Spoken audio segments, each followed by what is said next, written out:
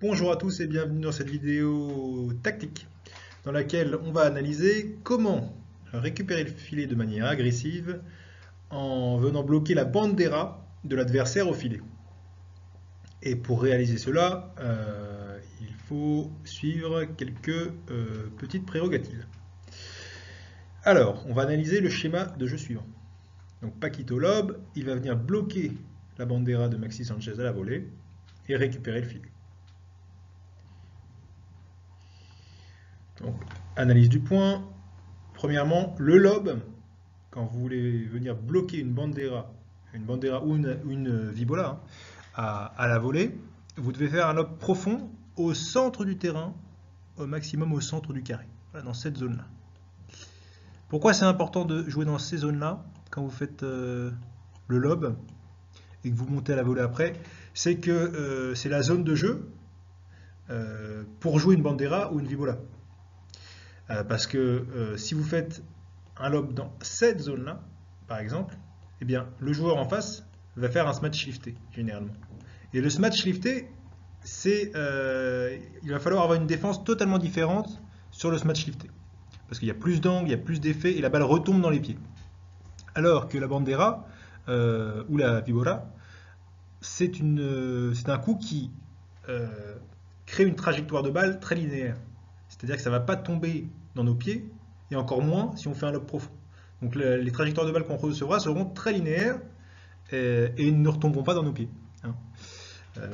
Donc il faut bien faire la distinction entre monter à la volée pour bloquer une bandera ou monter à la volée pour bloquer un smash lifté. Aujourd'hui c'est pour bloquer une bandera. Donc une fois que Paquito a fait son lob, il va monter pour bloquer.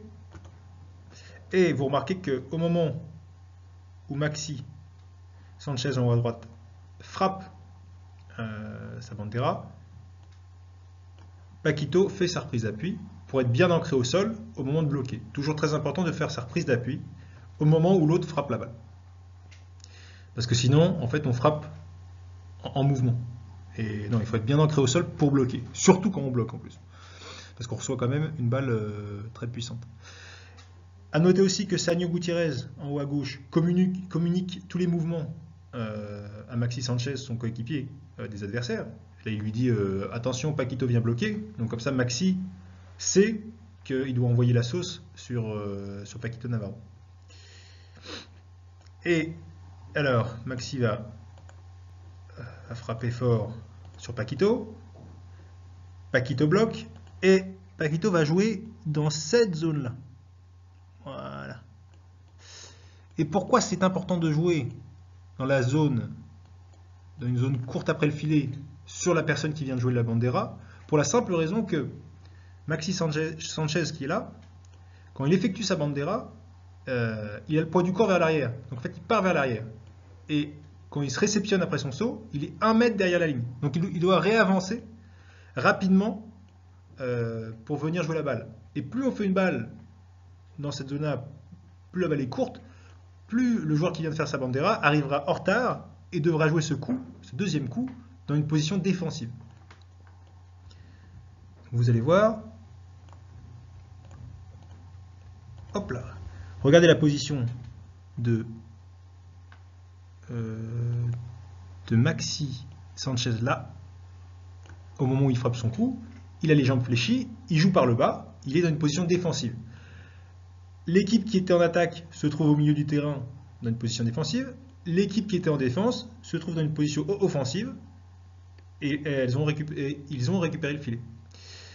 Et le lob de Maxi va être totalement raté d'ailleurs, ce qui va faire en sorte que Juan Martín termine le point avec une feinte. Puis voilà. Mais ce qu'il faut retenir, c'est que quand vous voulez récupérer le filet sur une bandera, vous faites un lob profond, au milieu ou au centre du carré.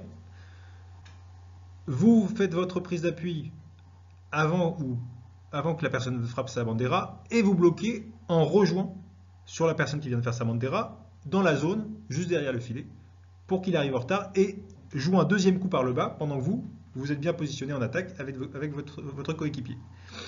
Donc voilà, c'est le schéma de jeu pour récupérer le filet sur la bandera adverse. Merci beaucoup, passez une très bonne journée, je vous dis à très bientôt. Ciao.